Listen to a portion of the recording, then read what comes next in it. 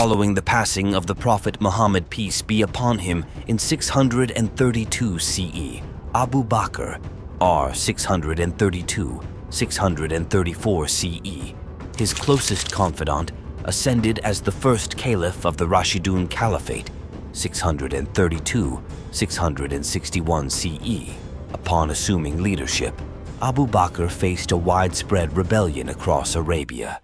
Many tribes, formerly loyal to Prophet Muhammad, renounced their allegiance, claiming their covenant with the Prophet had ended with his death. These renegades were branded as apostates and confronted by the full force of the Rashidun military in what became known as the Ridda Wars. Khalid ibn al-Walid, L. 585, 642 CE, distinguished for his exceptional military prowess, emerged as the foremost Rashidun commander during this period. Despite his known flaws, Abu Bakr valued Khalid greatly for his strategic acumen and battlefield achievements. Khalid was recognized as one of the era's premier military strategists. His leadership was pivotal in securing victory for the Rashidun forces, swiftly quelling the rebellion within a year. After Abu Bakr Siddiq initiated the expansion of the nascent Islamic Empire into Iraq and Syria, Khalid's division was initially dispatched to Iraq, where it achieved notable successes. However, the growing threat of a Byzantine counteroffensive against the advancing Syrian divisions prompted Abu Bakr to redeploy Khalid to the north. Khalid and his seasoned warriors traversed the arid and uninhabited desert, utilizing camels laden with water supplies until they reached the outskirts of Syria. There, after conducting raids and consolidating their positions, Khalid confronted and decisively defeated a significant Byzantine force at the Battle of Ajnadayn in 634 CE. Meanwhile, during these military campaigns, Abu Bakr passed away due to natural causes. Umar ibn Khattab, r. 644 CE, succeeded him as the caliph. Umar, possibly influenced by personal animosity or concerns over Khalid's harsh reputation, relieved him of his command. In Khalid's place, Abu Ubaidah, L. 583, 639 CE, known for his exemplary moral character, was appointed as the governor of Syria and commander of the Rashidun forces stationed there. Under Abu Ubaidah's leadership, the Muslim forces continued their relentless advance. Damascus fell in 634 CE, followed by the defeat of the Byzantine garrison at the Battle of Fal, also known as the Battle of Pella, in 635 CE. Meanwhile, the Byzantine Emperor Heraclius, determined to expel the Arabs from his domains, gathered a formidable army at Antioch in preparation to crush the invaders. Historical records confirm that in this instance, while Arab chroniclers are often criticized for exaggerating enemy numbers and downplaying their own, historical records confirm that in this instance, the Muslim army faced a significant numerical disadvantage against the Byzantines.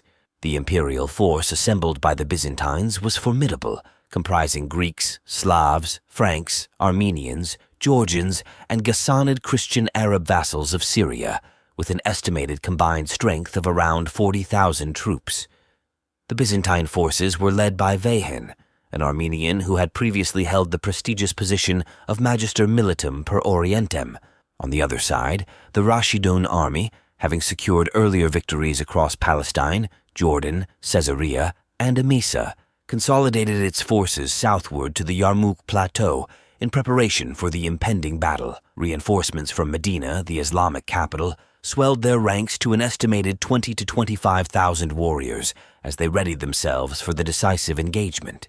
Although not officially in command, Khalid was highly respected for his prowess in battle. Abu Ubaidah, lacking such expertise, willingly yielded command to him. Initially, the Byzantines delayed their advance, aiming to coordinate with their Sassanid allies after decades of conflict. However, Sasanian Emperor Yazdegerd III needed time to prepare, prompting the impatient Byzantines to march forward alone. Recognizing the vulnerability of their position in the north, Khalid strategically withdrew his forces to the valley beyond the Yarmouk River. Negotiations dragged on for approximately 3 months. During this time, the Rashidun army received reinforcements from Medina. Growing impatient with the lack of progress, both sides prepared for battle. Vehen leveraged his numerical superiority by spreading his front line over a span of about 13 kilometers.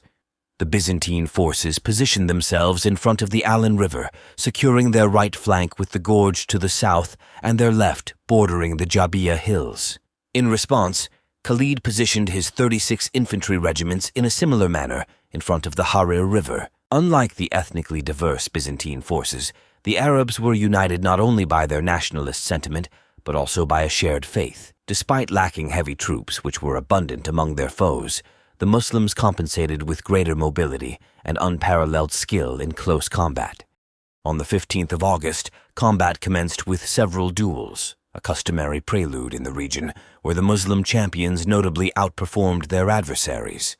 Subsequently, Veyhan decided to test the Muslim lines by advancing only a third of his forces, probing for weaknesses.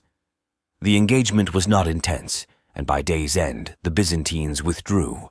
Eager to seize an advantage, Veyhan launched a dawn attack the following day, likely anticipating the distraction of the Muslims' dawn prayers, Fajr. However, Khalid had stationed scout patrols ahead of his main army in anticipation of such a move. Despite finding the Muslims fully prepared and alert, the Byzantines initiated their attack, locking their center while striking from both flanks.